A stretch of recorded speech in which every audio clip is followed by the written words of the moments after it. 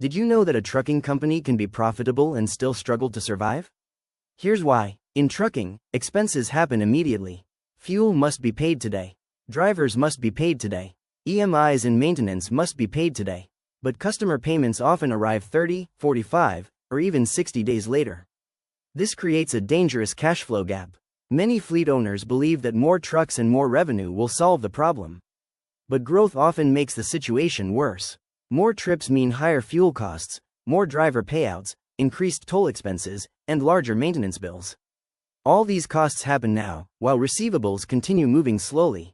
The result? Cash shortages, delayed vendor payments, dependence on credit, and financial stress despite healthy revenues.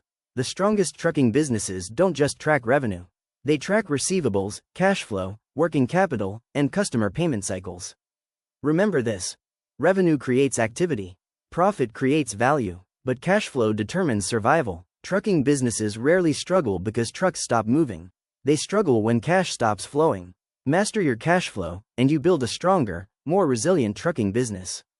Follow Future of Trucking for practical insights on trucking, logistics, fleet management, and transportation leadership.